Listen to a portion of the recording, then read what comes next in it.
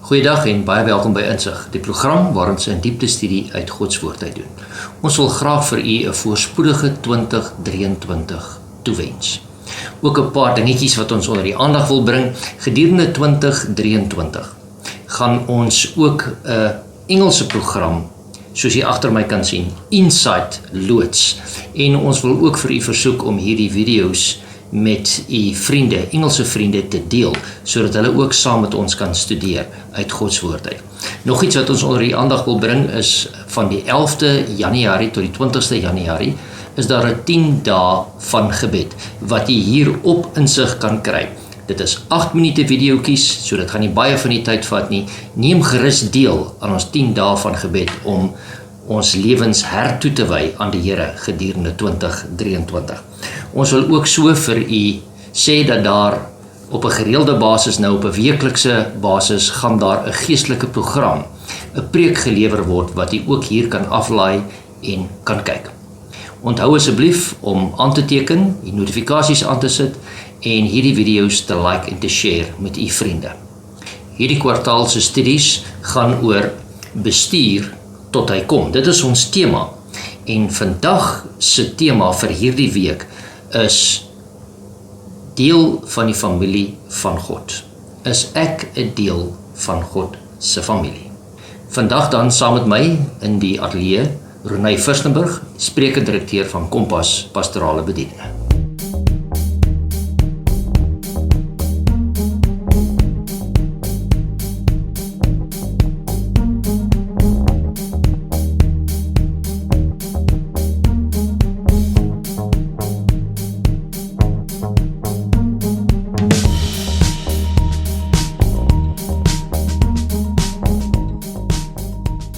Goeiedag en baie welkom Renay, ons is bly jy is weer in die nuwe jaar saam met ons hier met Insig en 'n voorspoed vir jou vir 2023. Baie dankie. Soos vir ons kykers hoop ons dit gaan 'n geseënde en 'n voorspoedige nuwe jaar wees. Ja, regtig. Ons wil dan vir u sê, ons hoop dat die Here se keurigste seëninge elkeen ons deel sal wees hierdie nuwe jaar.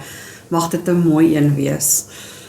Voordat ons begin, gaan jy vir ons open met 'n gebed. Kom ons bid saam. Liefdevolle Vader, baie dankie vir die ongelooflike voorreg om hierdie nuwe jaar in u naam te kan begin. Dankie Here dat ons kan vra waar ons met 'n splinternuwe reeks studies gaan begin, dat u asseblief vir ons sal insig gee, dat u Heilige Gees ons sal lei in wysheid en in waarheid. Mag elkeen van ons kykers die rykste seëninge van u af ontvang. Ons vra dit in u naam. Amen. Amen.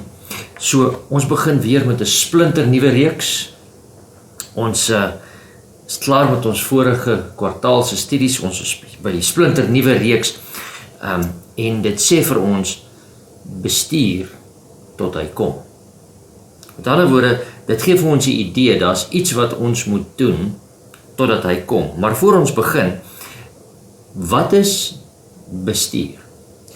Ja, dis 'n baie interessante konsep. Ek is baie opgewonde oor hierdie kwartaal se lesse. Ek moet sê, want dit suggereer onmiddellik dat ons nie maar net sit en wag tot die Here weer kom nie, dat hier 'n werk is wat moet gebeur en dat hier 'n sin vir verantwoordelikheid is, want die oomblik as ons tog dink aan 'n bestuurder, dan dink ons aan al die verantwoordelikheid op daai persoon se skouers lê. Is dit nie waar nie? Ja. Dis tog onmiddellik wat ons aandink. So, wanneer ons aangesê word om sekere dinge te bestuur in ons lewe, totdat Christus weer kom, wel in die eerste plek sê dit vir my dat ons nie die eienaarskap daaroor het nie. Ons is maar net die bestuurders daarvan. So ons is bestuurders, ons is nie eienaars nie, so ons moet eers 'n bestuurder moet besef. Hy is in beheer van dit wat aan hom toevertrou word, maar dit is nie sy eiendom nie. Hy moet dit bestuur volgens die eienaar se reëls, regulasies en voorskrifte. Soos dit so het. Dit is nogal interessant dat jy nou noem, ja, nee, met ander woorde, die maatskappy vir wie ek werk, ek kan nou nie instap en my eie bestuursidees daarin bring en dit verontagsaam wat van my verwag word nie. Enige maatskappy het tog 'n stel neergelede reëls waarvolgens hulle maatskappy bestuur. Ja. Tot voordeel van die maatskappy, nie waar nie, Ja. nee. Ja.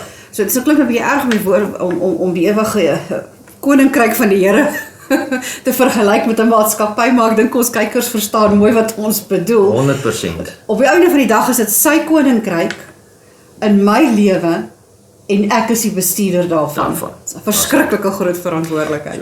En hierdie eerste week se studies gaan oor ons moet besef dat ons deel is van God se gesin. Nou die mense sal sê maar ons weet dit mos. Maar as jy deel is van 'n gesin, is daar soos in bestuurskap sekere verantwoordelikhede. Daar is voorregte wat na jou kant toe kom en daar is verantwoordelikhede wat na jou kant toe kom. En dit is die twee dinge waarna ons vandag gaan kyk. Die voorregte wat daar is vir jou as deel van God se gesin en dan die verantwoordelikhede. Ja, in ander woorde, wanneer jy tog deel is van 'n familie, die voordele daaraan verbonde is dat, ons vat nou maar iets eenvoudigs, is dat jy onder die beskermende vaandel van hierdie familie val. Ja. Nie waar nie? Jy saam in die huis, daar word na jou behoeftes gekyk. Kom ons vat nou maar iets eenvoudigs en ons sê jy het 'n lekker warm bedjie om in te slaap en jou maagie word volgemaak met kossies. So dis jou voordele wat jy kry.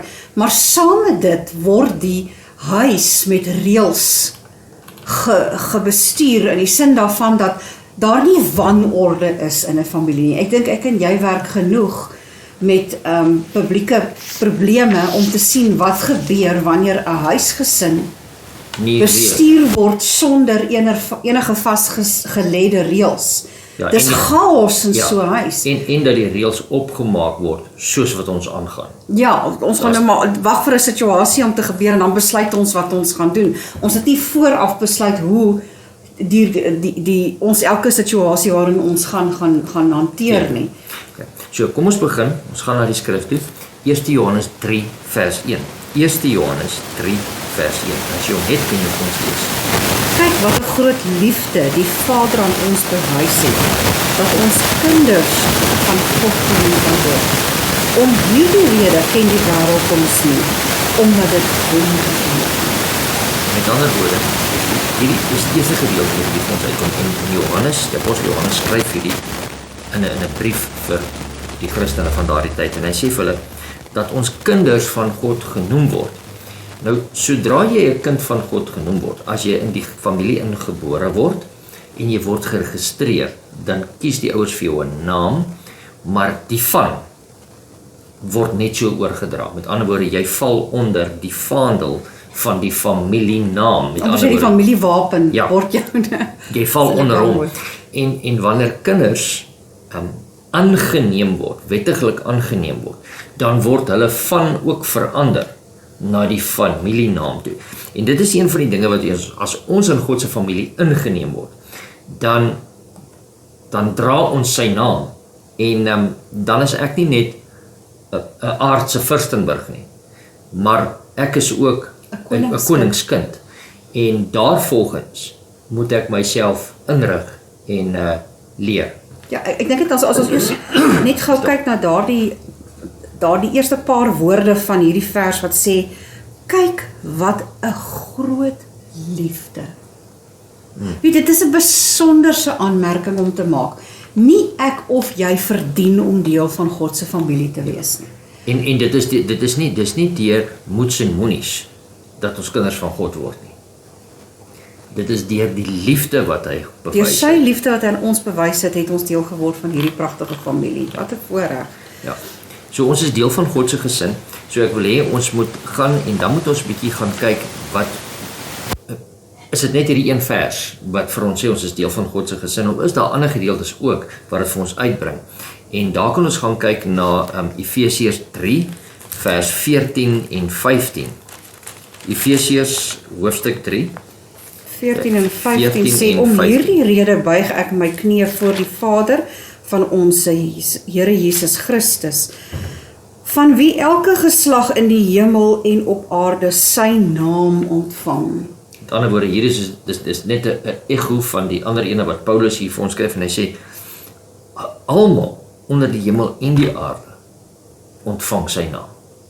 Met ander woorde, jy word ingelyf by daardie familie van God. Ek laat my dink, jy het so spreekwoord of sê dings, ek het maar soos dat jy altyd sê, almal op hierdie aarde is God se kinders, party mense weet dit net nog nie. En dit is ons werk om vir hulle in te lig. Hulle dalk vervreemd geraak van die familie af en ons moet hulle net weer terugbring na die familie nie. Nou nodeloos genoeg om te sê daar is sekere mense wat sê man van hierdie familie Wil ek wil ek nie deel niks wees. meer te doen hê nie en ek wil nie deel wees van hulle nie. Maar ons moet besef dat die Godheid, die Vader, die Seun en die Heilige Gees het 'n verlossingsplan uitgewerk sodat ons deel van sy familie kan wees. En daarvolgens is daar vir ons sekere voorskrifte wat ons het. Ons kyk ook so, as ons gaan na Matteus 6 vers 9 en Lukas 11 vers 2, ons hoef nie daai gedeeltes te lees nie. Dit gaan oor die Onse Vader. Nou net in daardie woorde wat ek sê. Ja, ons Vader. Jesus het sy disippels geleer om te bid, deur te sê Onse Vader. En hier is die mooi ding. Jesus het gesê Onse Vader. Met ander woorde, hy het nie gesê julle Vader nie. Met ander woorde, ons kan in daardie opsig, alhoewel Christus deel is van die Godheid, is hy ook deel van die mensheid. En daarom is hy, kan ons sê, ons ouer broer, Ja, dis reg. want dit is wat hy tog sê daardeur. Hy sê ons moet bid tot Onse Vader. Met ander woorde, hoewel Christus dit nie roof geag het om hom gelyk te stel aan die Vader nie, het hy dit ook geen roof geag om hom gelyk te stel aan die mense nie, want hy was ook 'n mens vir ons. Met ander woorde, omdat Christus een van ons geword het, is ons ook nou aangeneem in daai familie van die Godheid. Dit is eintlik baie mooi. Toe die Here Immanuel word, God met ons, het ons deel geword van hierdie pragtige familie. Maar ek dink dit is 'n dis dalk iets wat ek amper sê dit het 'n kliseë geword. Ek is deel van God se familie. Ek wonder of ons regtig besef wat dit behels. Ek en jy het 4 kinders grootgemaak en alhoewel al 4 nou al uit die huis uit is bly hulle deel van ons familie. Die oomblik wanneer hulle terugkom in die huis, die oomblik wanneer hulle weer oor die feesseisoene hier kom kuier en hulle stap hier by ons in, val almal dadelik weer onder ons huisreëls. En almal, selfs die aangetroude familie, die skoonkinders kom in en dadelik is daar 'n eenheid, omdat almal dieselfde waardes het, dieselfde waardes handhaaf, dieselfde denkrigting het.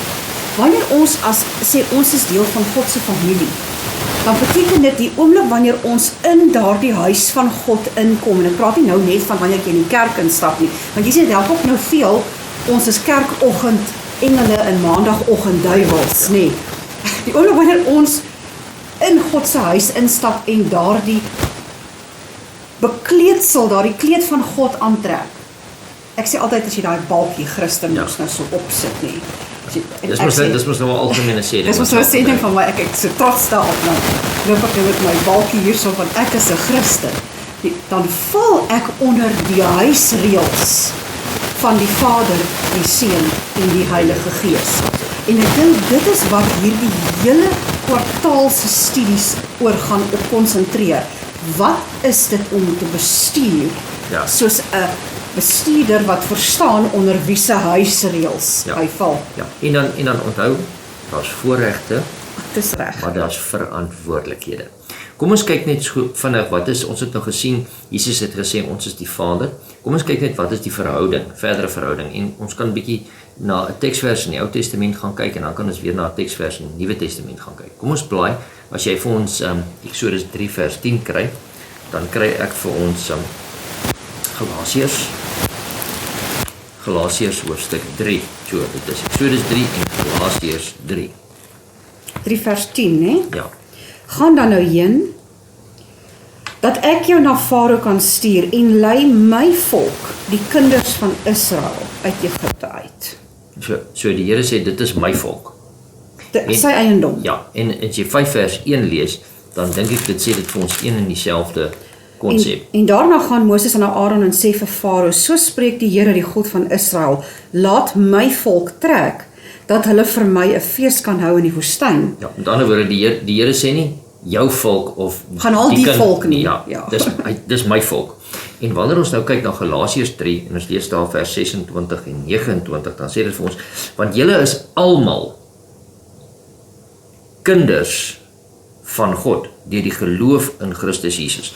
Met ander woorde, dis amper soos daai konsep van Christus se bloed is vir almal uitgestort, maar baie sal dit aanneem. Hierso is dit dieselfde konsep. Julle is almal kinders van God. En dan sê hy daar, deur die geloof, met ander woorde, daar kom die baie in. Almal is kinders van God, maar deur die geloof in Jesus Christus, word jy nou deel van sy familie, en jy besluit dan om onder God se reëls en regulasies te val, want wanneer jy deel is van die familie. En dan kyk ons vers 29, en as julle aan Christus behoort, dan is julle die nageslag van Abraham. As julle aan Christus behoort, is julle die nageslag van Abraham.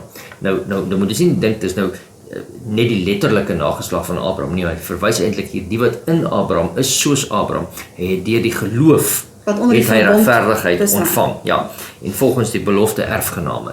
Met ander woorde, wat 'n wonderlike voorreg. Wil ons nie almal eendag iets erf nie.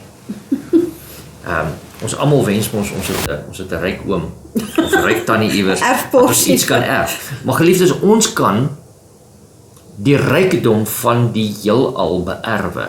Dis eintlik vir ons beloof. Ja, by maar nog meer is dit. Ekskuus. Christus, deur Christus het ons dit ontvang. Dis nou 'n konsep wat nou by uitkom. Deur Christus het ons dit ontvang. Christus het gesterwe, hy het opgestaan. Maar die Vader sal nooit sterwe nie, maar ons sal erfgename word van alles wat hy vir ons gegee het. Terwyl hy nog saam met ons sal lewe vir ewig.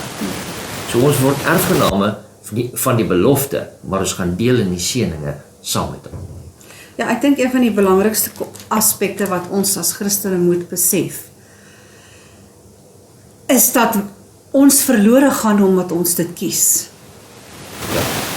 Dit is baie belangrik om dit te besef, dat die Here het ons die wêreld gegee. Die Here het vir ons aan die begin sy teenwoordigheid gegee. Met sondeval het ons dit verloor. Aan die kruis is dit vir ons teruggegee. Ja. Dis nou net my keuse of ek bereid is om hierdie verlossingsplan te aanvaar of te verwerp, wat gaan maak of ek die erfporsie sal kry en of ek die erfporsie sal verloor. Dis eintlik verkeerd om te sê ek sal die erfporsie verloor. Wat gaan gebeur is dat ek die erfporsie weier. Ja, nou wat ek hom nie wil hê nie. Ja, die konsep wat ons net hier moet onthou is, ons word gered gebore. Ja. Totdat ons kies om nie meer gered te wees. Om verlore te gaan. Want ons almal weet dat as 'n baba tot sterwe kom, kon hy nog nie die keuse gemaak het nie. En Jesus het gesê, die kinders behoort aan my. Met ander woorde, ons word gered gebore, alhoewel in 'n sondige wêreld. Maar ons moet dan net bevestig dat ons kinders van God wil wees. En baie mense sê nee, en hulle wys dit nie net deur hulle geloof nie, maar ook deur hulle werke. Weer eens as ons teruggaan na wat Jakobus toe gesê het. So met ander woorde, ons word gered gebore tot die dag dat ons besluit om nie meer erfgename te wil wees nie. Of as ons uit die huis uit wegloop, dan wil ons nie meer deel van daardie huis wees nie. Ja, ek dink die groot probleem met 'n huisgesin, en onthou ons konsentreer nou op die twee aspekte van 'n huisgesin, die feit dat daar verantwoordelikhede is en die feit dat daar voordele is. Ek dink die probleem wat in 'n groot mate elkeen van ons kniehalter is dat ons soek die seëninge wat die teenwoordigheid van God bring, Maar ons wil nie die teenwoordigheid. maar ons wil nie eintlik die Here se teenwoordigheid hê nie. Ja, met ander woorde, ons wil die voorregte hê van deel van die huisgesin, maar ons wil nie die verantwoordelikhede hê wat daarmee saamgaan. Ja, en dit is eintlik maar 'n amper presies soos 'n rebelse kind wat sê, my pa moet aan my kyk en my pa moet vir my gee wat hy vir my moet gee en ek wil alles gemaklik rondom my hê, maar my pa moenie kom karring hier rondom my nie. Ja, Los my uit dat ek doen wat ek wil. Hy moet nie vir my werk gee nie. Moenie vir my vra om iets te doen nie. Ek wil nie reëls hê nie. Ek wil maak as ek wil, maar ek wil na gekyk word. Ja. En dit klink verskriklik hard, maar as ons baie eerlik is met onsself, is dit presies wat ons as Christene doen. Dis baie wat ons doen. So kom ons kyk net so, kan ek terug na die begin toe gaan. Bestuur tot hy kom. Met ander woorde, kom ons maak net seker, ons is bestuurders, God is die eienaar, Kom ons lees gou saam Psalm 50 vers 10 tot 12. Okay. Want al die wilde diere van die bos is myne, die vee op berge by duisende. Ek ken al die voëls van die berge en wat roer op die veld is van my. As ek honger het, sal ek jou dit nie sê nie, want die wêreld is myne en sy volheid. Met ander woorde, ons hoef nie eers hier na ander teksverse te gaan kyk nie, daar's heelwat ander, maar alles wat op hierdie aarde is, behoort aan die Here, want hy is die maker daarvan. Is dit nie interessant dat hy sê, as ek honger is, sal ek jou nie vra nie. Nee, Want jy het niks om God te gee nie, niks is joune nie. ja, jy moet net bestuur dit wat hy vir jou gee. Dit is eintlik 'n baie harde stelling vir ons om te herinner wat behoort aan wie. Ja. En kom ons gaan kyk 'n bietjie na Ek het 1 Kronieke 29, Dis en hy. ek vers 13 en 14 vir jy julle kan hom lees. vir my lees daar, 1 Kronieke 29, vers 13 en 14. En nou onsse God, ons loof U en ons prys U heerlike naam. Want wie is ek tog en wat is my volk, dat ons in staat sou wees om sulke vrygewige gawes te skenk? Want dit kom alles van U en uit U hand het ons dit aan U gegee. Hierdie is nou Dawid, nê? Nadat hy het vir die profeet gesê, maar kan ek 'n huis vir die Here bou? En toe sê die profeet ja, en later kom hy terug toe sê nee, die Here sê jy kan nie bou nie. Toe sê hy, maar kan ek bymekaar maak sodat my seun kan bou? En as ons die vorige gedeeltes lees, dan sien ons Dawid het uit sy eie skatte uit wat hy bymekaar gemaak het hy gegee. Baie. En daarna, nadat hy gegee het, het hy vir die owerstes van die volk, het hy hulle ingeroep en gesê, wil julle nie ook skatte bring vir die Here nie? En hulle het in menigte gegee. En hierdie teksverse is nou op die einde daarvan, want ons sien daar is die gebed van Dawid. En hy sê daar, Here, ons het hierdie na U toe teruggebring. Maar dit is eintlik dit wat U vir ons gegee het. En dit is die konsep wat ons moet onthou, dat alles wat ons het, jou gesondheid, jou kennis, jou werk, jou besittings, jou familie, alles het die Here vir jou gegee. Die enigste ding wat ek altyd sê is, wat ons het, wat ons eie is die keuse om te besluit, of ons deel wil wees van die familie of nie. Dis die enigste ding wat jy het, wat jou eie is. Al die ander is die Here se. Dis hoekom ek wil nou so een tree teruggee, die feit dat ons gesê het, ons soek die voordele wat God se teenwoordigheid bring, maar ons nie regtig Here se teenwoordigheid hê nie. Want as jy mooi daaraan dink, einde van vanaand, as ek nou my dag deurgewerk het en my dag deurgegaan het, lê vanaand my kop neer, voor ek gaan slaap, kan ek die Here so kyk en sê, Here, die werk wat U vir my gegee het, dit is hoe ek dit bestuur het vandag. Here, die kinders wat U vir my gegee het, dit is hoe ek dit bestuur het vandag.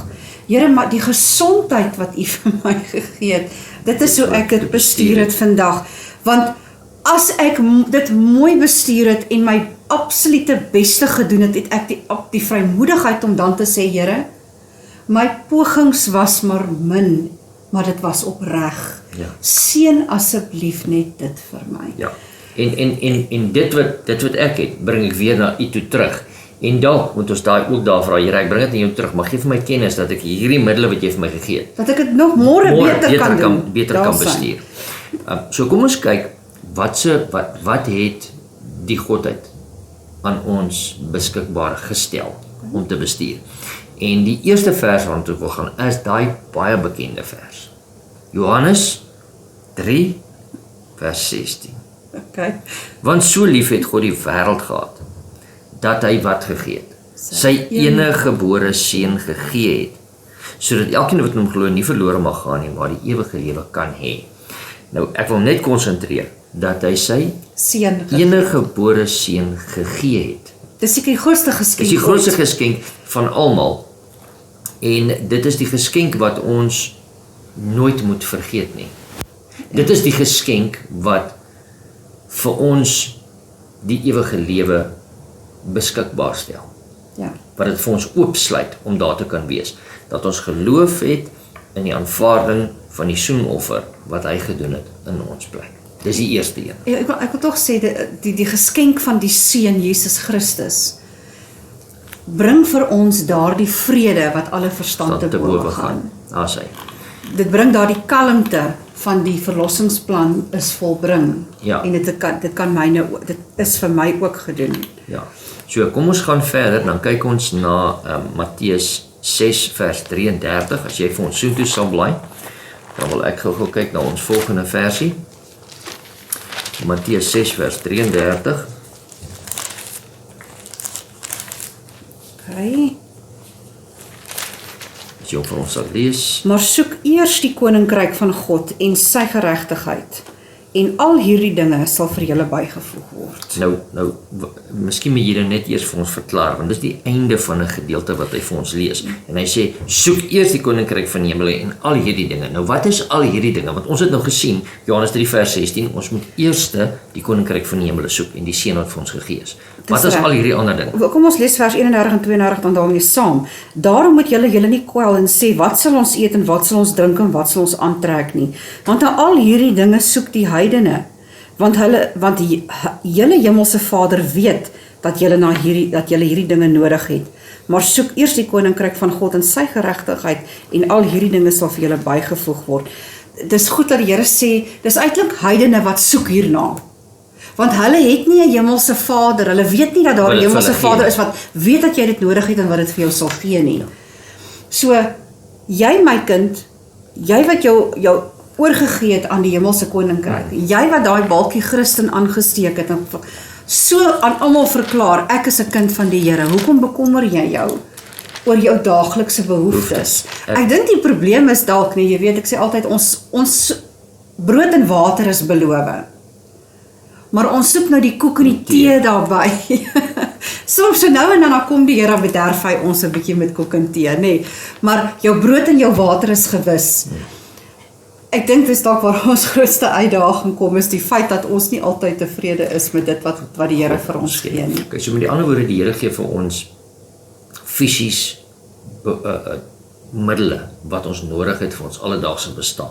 Kos, klere, gesondheid, huisvesting, al dit waarvoor jy werk, is eintlik wat die Here vir jou gee, want hy skenk vir jou die gesondheid en hy skenk vir jou die genade sodat jy dit kan verdien. Maar kom ons kyk 'n bietjie meer na 'n geestelike sin en ons kyk na 1 Korintiërs 12 vers 4 tot 11. Nou is 'n klomp verse en ons gaan nie almal lees nie, maar dit praat daar vir ons oor die verskeidenheid van die geestelike gawes. En in vers 8 lees ek: want aan die een word deur die Gees 'n woord van wysheid gegee en aan 'n ander 'n woord van kennis vanweë dieselfde Gees. En dan gaan hy ander deur al die ander geestelike gawes, geestelike gawes van gesondmaking, werkinge van kragte, profesie, onderskeiding van geeste, allerlei tale. En dan gaan hy daaraan. Maar al hierdie dinge werk een en dieselfde Gees wat aan elkeen afsonderlik uitdeel soos hy wil. Met ander woorde, die Here gee nie vir ons fisiese gawes nie. Hy gee ook vir ons geestelike gawes. En hier moet ons onthou, geestelike gawes word nooit vir jou gegee. Wil ek nou amper dit gelykstel aan die fisiese gawes, net om jouself in te verlekker en te bevoordeel nie. Dis reg. Alle gawes wat vir jou gegee word vir jou gegee, en geestelike gawes veral ter opbouing van die liggaam, die liggaam van God wat die kerk is. Right. En dan moet ons ook, as daar tekort is met ander, moet ons ook met ander ons middele deel.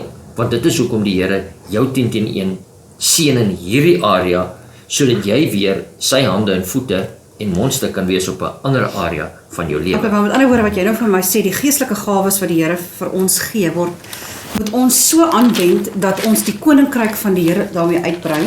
Ja. Dat ons die kerk daarmee opbou en daarmee dien. En dan nog 'n interessante aspek, sodat ons ander wat na ons kom kan oplei. Met ander woorde dat ons 'n mentorskap kan hê vir diegene wat na ons kom. Ja. Jy weet, jare terug het ek 'n sessie bygewoon waar 'n predikant 'n aanbieding gegee het oor mentorskap en hy het 'n aanmerking gemaak waar hy gesê het: die sukses van die een vir wie jy mentor is jou sukses. Dit is verskriklike belangrike woorde, want baie mense wat ons tog so gereeld kry, wil nie ander leer wat hulle weet nie. Hulle is so bang die ander een gaan dit beter doen as wat hulle dit doen. En daai kennis, daardie vernuf, daardie vermoë is tog 'n geskenk wat God aan jou gegee het. Dit was nie vir jou om vir jouself te hou nie. Want hy het dit vir jou gegee, want hy wil hê jy moet dit deel En soos dit mag gaan, as ons nou kyk na atletiek, en ons kyk altyd heel laaste goed wat altyd plaasvind by 'n atletiek byeenkoms, is die aflosse. Dis reg, ja. Jy moet daardie aflosstokkie aangee vir die persoon voor jou. Die persoon voor jou hou sy hand na agtertoe, maar hy kyk vorentoe. Dit is jou verantwoordelikheid Om om die stokkie neer te sit. in die hand neer te sit. Nie te sê, gryp jy na hom waar ek hou hom waar wil nie. En dit is baie keer wat ons doen as ons nie ons kennis wat ons het met ander wil deel nie. Ons verwag altyd van, nee, hulle moet maar op hulle eie sien klaarkom. Met ander woorde, dis daai ou storie van die wiel. Hoekom moet ons die wiel herontwerp? As hulle die ene wat ons het, wat goed werk, net kan vat en hom beter kan maak. So, dit is een van daai dinge. Kom ons kyk net die laaste versie daar, Filippense 4 vers 19 en dit lees, en my God sal elke behoefte, daar staan nie elke begeerte nie, elke behoefte van julle vervul, na sy rykdom in heerlikheid deur Christus Jesus. Met ander woorde, die Here gee dit vir ons, God die Vader gee dit vir ons, deur Jesus Christus se genade en sy offer wat hy. So die eerste ding, soek eers die koninkryk van die hemele en al hierdie dinge sal vir julle bygevoeg word. So dit is wat die Here vir ons gee. Maar kom ons kyk nou gee die Here vir ons goed. Nou wat maak ons daarmee? Nou het ek iets gekry, nou kan ek dit mos nou gebruik soos wat ek wil, want dit is mos nou myne. En nou kom ons by die groot oorhoofse tema van ons hele kwartaal, nee. Ja, bestuur. Dit wat ek nou kry, het ek 'n verantwoordelikheid om mooi na om nie net na te kyk nie, maar te bestuur. Want 'n bestuurder moet tog dit wat vir hom gegee is mee woeker. Ja, jy moet daarmee werk om dit meer te maak, want jy kry tog 'n beloning daarvoor om die besigheid vorentoe te vat. So kom ons kyk daar Deuteronomium hoofstuk 6, Deuteronomium hoofstuk 6 vers 5 en dan kan jy ook 10 vir ons kry. Deuteronomium hoofstuk 6 vanaf vers 5 en dan ook Deuteronomium hoofstuk 10. Daarom moet jy die Here jou God lief. 10 is gelyk aan 1. Met ander woorde, hierdie 10 gebooie van God is gelyk aan 1. Jy moet die Here jou God lief hê met jou hele hart, jou hele siel, met jou hele verstand. Dis die eerste gebod. En dan die tweede ene wat ek altyd vir die mense sê, wat sê die tweede ene? Wat gelyk staan aan die eerste ene. Met ander woorde, hoe moet jy jou naaste lief hê? Kom ek lees dit weer. Met jou hele hart, met jou hele siel en met jou hele verstand. Want dit is hoe jy jouself lief het. Met ander woorde, hier is ons verantwoordelikhede. En die eerste verantwoordelikheid is wat? Liefde. Die eerste verantwoordelikheid is nie moets en moenies nie. God se eerste verantwoordelikheid teenoor ons was liefde. En sy eerste verantwoordelikheid wat vir ons gee is liefde. As jy hierdie goed met liefde bestuur, dan is dit nie 'n probleem om die bestuurskap uit te oefen nie. Dit is 'n bittere mooi konsep daardie, né? Met ander woorde, as ek net eers sorg dat ek leer lief hê soos God liefhet, dan sal my Christenskap nie vir my soos 'n plig voel nie. Dan sal die bestuurskap soveel makliker wees om klaar te kan maak. Okay, Deuteronomium 10 vers 12 en 13. En nou Israel, wat eis die Here van jou God van jou as net om die Here jou God te vrees en in al sy weë te wandel en hom lief te hê en die Here jou God te dien met jou hele hart, met jou hele siel en om te hou die gebooie van die Here en sy insettinge wat ek jou vandag beveel, dat dit met jou goed kan gaan. Hierdie is so 'n pragtige vers. Ek wil amper sê voor ons elkeen van hierdie hele kwartaal se lesse bestudeer, gaan vat tog Deuteronomium 10 vers 12 en 13 en lees dit net eers weer deur. Die Here sê, wat vra ek meer van jou? Dat jy my liefhet met jou hele hart, met jou hele siel, met jou hele verstand. En dat jy my gebooie onderhou. Want maar as jy hom so liefhet, dan sal jy die gebooie onderhou. Dat jy my gebooie kan onderhou en dan hierdie woorde dat dit met jou kan goed gaan. Met ander woorde, dat die seëning van die Here nog steeds op jou kan wees. Daar sien, ek dink ons het nou in ons vorige studies, die van u wat nou nog nie dit gekyk het nie, gaan kyk so 'n bietjie daarna, dat die wet van God is die karakter van die Here, dit verbeeld net sy manier hoe hy liefhet uit. Soos ek en jy nie weet hoe om lief te hê nie. Die hele karakter van die Here is opgesom in die 10 gebooie. Ja. En weer eens, soos ons gesê het in een van ons vorige studies, die Here het nie lief nie. Luister baie mooi kykers, die Here het nie lief nie. Die Here is liefde. Awesome. Daar's 'n groot verskil in die konsep. Die een is moeite. Ja, het lief en die dan ander kom van self. as ek lief het, dan beteken dit ek kan baie keer nie lief het nie. Awesome. Maar as ek liefde is, dan is dit net liefde. Ja. En ons God is liefde en daarom bewys hy liefde, daarom het hy ons lief. So ons moet besef, hy is liefde, daarom het hy lief. Maar die hele konsep en ons moet dan volgens wat ons nou gelees het in Matteus 6 vers 19 tot 21, die groot verantwoordelikheid vir ons is. Enige besigheid wil wins maak. En as jy wins gemaak het, dan word daardie wins iewers gebeere. Sorry. En ons wins wat ons maak, bank ons nie op aarde nie. Ons bank dit in die hemelse bank. En dit is waar Matteus 6 vers 19 tot 21 inkom en sê, moenie vir julle skatte bymekaar maak op die aarde nie. Maak vir julle skatte bymekaar in die hemel, waar mot en roes nie verniel nie. En dan eindig dit so baie mooi. Want ons moet besef, is ons burgers van die hemelse koninkryk, volgens die hemelse van voorwaardes en standaarde, of wil ons eerder aardse burgers wees, met aardse voorwaardes en aardse standaardes. Ek dink dit is wat ons moet besef. Want vers 21 eindig af en dit sê vir ons, want waar jou skat is, daar sal jou hart ook wees. En dit bedoel nie vir ons na ons hart nie. Dis waar jou denke sal wees. Dit is hoe jy dinge sal doen. Dis waar jou fokus is, ja. So met ander woorde, as jou skat in die hemel is, dan gaan jy georiënteerd wees om alles te doen om skatte in die hemel bymekaar te maak. En daardie skatte in die hemel is nie net my eie saligheid nie. Daai skatte in die hemel is ook om ander saam met my soontoe te bring. Ons sing so baie graag 'n liedjie van, die kinders sing 'n liedjie van al sy parels, vrye parels. Vir Jesus se kroon. Vir Jesus se kroon. Nou, ons wil almal krone dra. En ons sal almal parels in ons krone hê. En hoeveel parels gaan jy in jou kroon hê? Dis die skatte wat ons bymekaar maak. Dis die siele waarvoor ons werk. Die familielede van Christus wat afgedwaal het.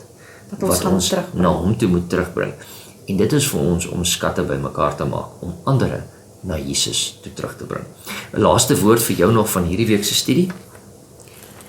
Ek wil tog sê, die gedeelte in Deuteronomium 10 het vir my weer hierdie week nuwe betekenis gekry. Ons is geneig om ons Christendom ongelooflik gekompliseer te maak. En ek dink ons is skuldig daaraan om so nou en dan dalk so 'n bietjie van 'n fariseer te ontwikkel, né?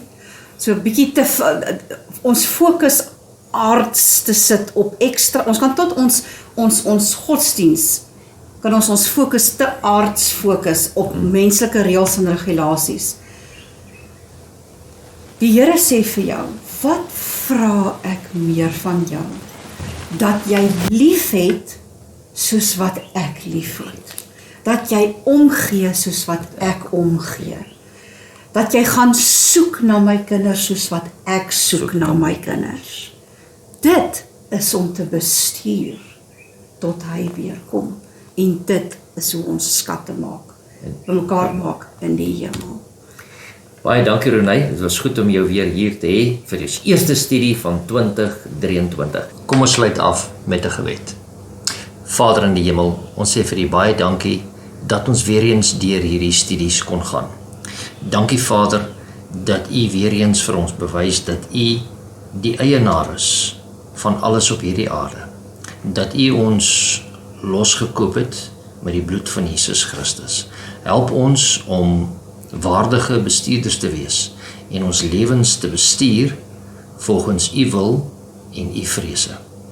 Ons bid dat U saam met ons en al die kykers sal wees, terwyl ons uit U woord uit studeer, gedurende 2023. Amen. Amen.